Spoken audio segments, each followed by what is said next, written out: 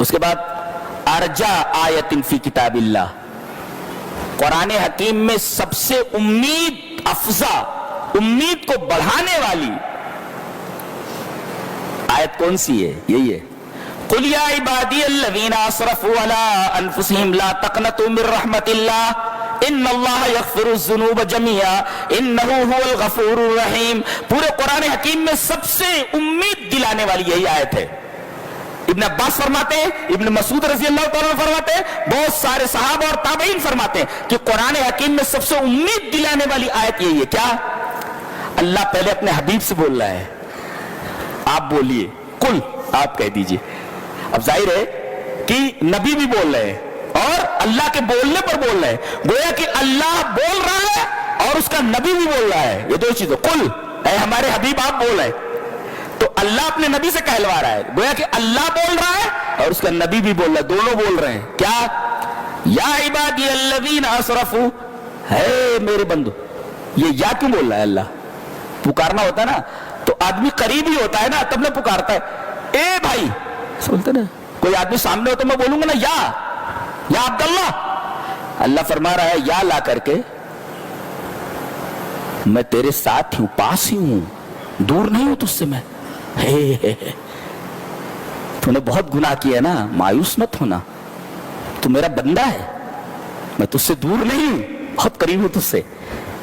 محبت دیکھ رہے ہیں آپ رب تعالیٰ کی اپنے بندوں سے، اور بندہ ہے کہ اللہ کی نافرمانی پہ نافرمانی کیے جا رہا ہے، اللہ آواز لگا رہا ہے، کیا؟ یا یعنی میں تیرے ساتھ ہوں، تجھ سے دور نہیں ہوں، لیس بعیدا منکم، تجھ سے دور نہیں ہوں میں۔ کون؟ میرے بندے، بندہ نہیں کہا، میرا بندہ کہا۔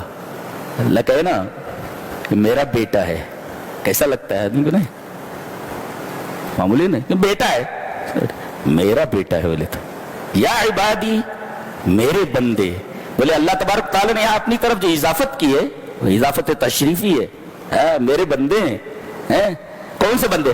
الذین اسرفوا علی انفسہم، جنہوں نے اپنے نفسوں کے اوپر ظلم کیا ہے۔ اسراف کا مطلب ہوتا ہے تجاوز الحد فی الشیء، کسی چیز کے اندر حد سے تجاوز کر دینا، لمٹ کو کراس کر دینا۔ اور لمٹ کراس کرنے کا مطلب یہ ہے کہ انہوں نے بہت گناہ کیے ہیں یعنی گناہ کی ایک لمٹ ہوتی ہے، انہوں نے لمٹ کراس کر دی ہے گناہ کرنے میں، ایسے لوگوں کے بارے میں کہا جا رہا ہے سمجھ میں آ رہا ہے آپ کو؟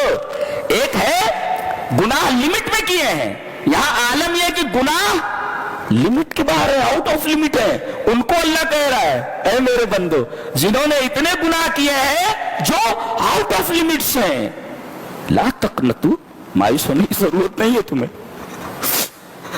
لا تقنطوا من رحمت اللہ، اللہ کی رحمت سے مایوس مت ہو۔ یہ ان بندوں کے بارے میں کہا جا رہا ہے جنہوں نے گناہ کرنے میں کوئی کسر باقی نہیں چھوڑی ہے، اتنے گناہ کیے کہ انہوں نے کوئی حد نہیں چھوڑی ہے، ہر حد کراس کر ڈالی ہے، اتنے گناہ کیے۔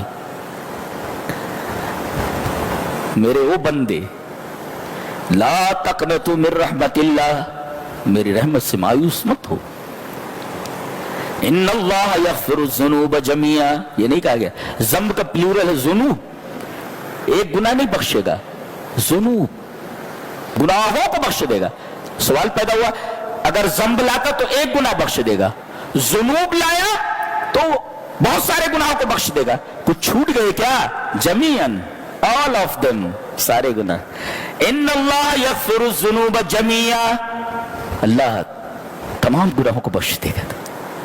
کراس، تمام لمٹس کراس کر کے آئے ہو پھر بھی مایوس اگر ہو کر کے نہیں آئے ہو تو پھر اللہ تمہارے تمام گناہوں کو بخش دینے والا ہے۔ کیوں؟ انہ هو الغفور الرحیم، اس لیے کہ وہ بہت زیادہ مغفرت کرنے والا، بخشنے والا، بہت زیادہ رحیم ہے، وہ بہت غضب کی آیت ہے یہ، اور ہم جیسے گناہگاروں کے لیے تو یہ تو سب سے امید افزا آیت ہے۔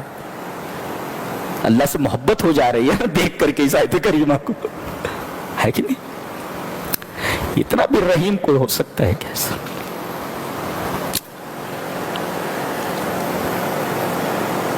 فرما بردار بیٹے کے اوپر اگر کوئی رحیم ہو، باپ اگر اسے چاہے تو ٹھیک ہے، وہ لائق ہے کہ چاہا جائے، لیکن بیٹا انتہائی نافرمان ہو کہ اس نے نافرمانی کی تمام حدیں کراس کر دی ہیں، باپ اگر اس سے محبت کرے تو پھر باپ کے رحم کا اندازہ نہیں کیا جا سکتا. سمجھے کچھ کیا ہے؟ تو ہمیں گناہوں سے توبہ کرنی چاہیے اور اللہ کی رحمت سے مایوس نہیں ہونی چاہیے. بہت امید افزا آیت ہے.